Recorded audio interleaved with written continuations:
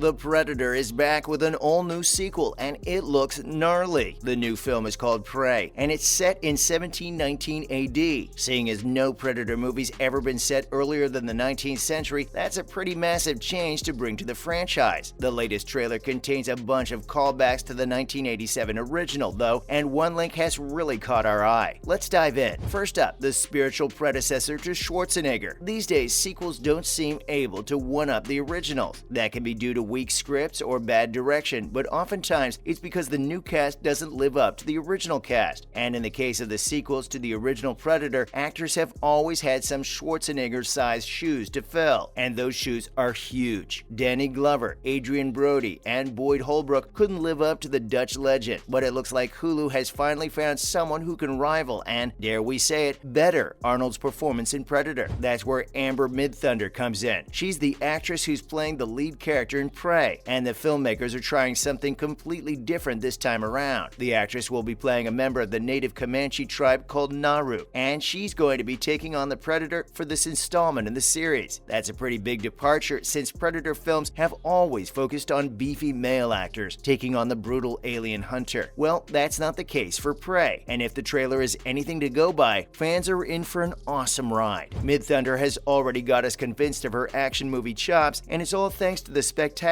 first trailer for the movie. Seriously, the actress is channeling some serious Schwarzenegger vibes in the footage we've seen. Whether it's throwing an axe or screaming with rage, it looks like Midthunder can do everything Arnold can. It's almost like she's playing the Dutch action star, and everything we've seen has got us super hyped. We even see her coat herself in mud to take on the Predator, and it doesn't get much more Arnold than that. All in all, it looks like they finally found Schwarzenegger's successor, but Amber Midthunder's casting may not have been possible if the movie hadn't taken a new direction. That's exactly what Prey is offering. Next, we have a whole new vision for Predator. After 2018's Predator, the franchise needed a refresher. The last movie got okay reviews, but it didn't exactly light up the box office, grossing just $160.5 million on a production budget of $88 million. That might seem like a lot of profit, but it's nothing when you take the marketing budget into account. Fans also pointed out the lackluster script and some pretty boring action sequences, and it looks like 20th Century Studios is trying something different with the sequel, and it's about time. If we ignore the terrible Alien vs. Predator, and most people do, this is the first time a Predator movie will feature a female lead, and we're definitely here for this change since Predator movies usually follow the same pattern in each film. A man leads his team into unknown territory, the team dies, and the man has one big mano-a-mano fight with the Predator that he ends up winning. Same old, but not this time, since Midthunder's going to bring all new motivations and dynamics to a pretty stale formula. What's more, setting the film in the past is going to give the action scenes a whole new flavor. There aren't going to be any machine guns or modern weaponry around to use against the Predator. Nope, the main character's only going to have a bow and arrow and maybe a few axes at her disposal. That's definitely going to shake things up. As it is, the only thing we see coming back from previous entries in the franchise is the woodland setting and, of course, the big bad alien at the center of it all. It's a bold new vision for Predator movies, and Prey has a director who we're sure can make some magic happen. And now, a director with a plan. The thing that makes the original Predator so special was how it brought the horror and action genres together, but over time, the series has basically become a popcorn blockbuster. Thankfully, though, it looks like that's going to change with Prey. Apparently, director Dan Trachtenberg is taking things back to the basics, and his vision sounds pretty cool. In an interview, Trachtenberg stated that he wanted to bring back the mix of horror and action that made the original such a classic. That's great news for fans. He went on to say that his movie was going to be way scarier than recent installments, and that it's going to have an epic scale to it. He also mentioned that the Predator in Prey is supposed to look like more of a monster. That's just going to up the scare factor. Seeing as this director has been in charge of some acclaimed projects in the past, including 10 Cloverfield Lane and the first ever episode of The Boys, we're pretty confident he knows what he's doing. Lastly, a win for streaming services. The hype around the movie is bringing the Predator franchise back in a big way, and since Prey is streaming only on Hulu, it's a big win for streaming releases. These days, there's a ton of debate going on about whether films should be released theatrically or straight to streaming services, and Prey's exclusive Hulu release is a massive victory for the Disney-owned platform. The folks over at the streaming service are giving it a pretty fancy release too. The movie's going to be available in the Comanche language in its entirety, in addition to the regular language options, and that's a nod to the heavy influence that the Comanche tribe has on the story. We're super hyped for the film's release in August, but fans are already wondering whether Trachtenberg and Midthunder will be able to live up to the legacy of the franchise. Basically, everything we've seen and heard so far has been super promising though, so there are tons of reasons to get excited. Next, in other news, Joker 2 is rumored to be a musical. Director Todd Phillips recently revealed that we're getting a sequel to Joker and it's going to be called Joker Folie à Deux. We don't really know anything else at this point, but we're finally getting more details beyond the weird-sounding name. And trust us when we say they are wild. According to the reports, the movie might be a musical. And get this, rumor has it that Lady Gaga is going to play Harley Quinn in the superhero sequel. It would definitely make sense for Harley Quinn to be in the movie, since Folie à Deux is supposed to be a mental illness shared by two people who are really close to each other. And we don't know about you, but we can't think of anyone closer to the Joker than Harley Quinn. It looks like they're taking this second film in a pretty bold direction, and fans can't wait to see what this new movie is going to look like. It's safe to say it'll be another original vision like the first film was, so we're pretty excited. And now, a One Punch Man movie is in the works. Fans may have been let down by Season 2 of the hit anime series One Punch Man, but they've got something to be excited for again with the news that a One Punch Man movie is in the works. Sony Pictures have acquired the film rights to the beloved character, and Fast and Furious director Justin Lin has already been attached to the project. Scott Rosenberg and Jeff Pinkner, the writers behind Venom and Jumanji: The Next Level, are penning the script, which is all set to begin production by the end of 2022. It looks like it's a pretty great time to be an anime fan. Next, Knives Out sequel name revealed. Rian Johnson is returning with a sequel to 2019's Knives Out, and the new movie has a name just as weird as the first one's. It's called Glass Onion, and is going to feature Daniel Craig coming back to the role of eccentric detective Benoit Blanc. This time he's headed to Greece to solve an all-new mystery, and we're pretty sure it's going to be a head-scratcher just like last time. Johnson is following the template of Agatha Christie's detective novels, which means each film will be a standalone project, with just the detective coming back each time. That means none of the cast from the original film is coming back, but don't worry, Glass Onion features some all-star actors too. Edward Norton, Dave Bautista, and Janelle Monáe are all in the movie, which comes out this holiday season. And finally, Paddington 3 finds its director and title. Get your marmalade and toast because Paddington Bear is making his return pretty soon. We just got the news that the third movie in the family-friendly franchise will be called Paddington in Peru, and fans will know that means Paddington is headed back to his childhood home. The film will begin principal photography in 2023, and director Dougal Wilson will be taking over from Paul King. King directed the first two Paddington movies, but he's busy with another film at the moment, Wonka, starring Timothée Chalamet. We don't have any news on the cast for the third film, but it's pretty likely that Ben Whishaw will come back as Paddington with the rest of the Brown family in tow. It wouldn't be a Paddington film without them. That's a wrap for this video. Thanks for watching. See you in the next one.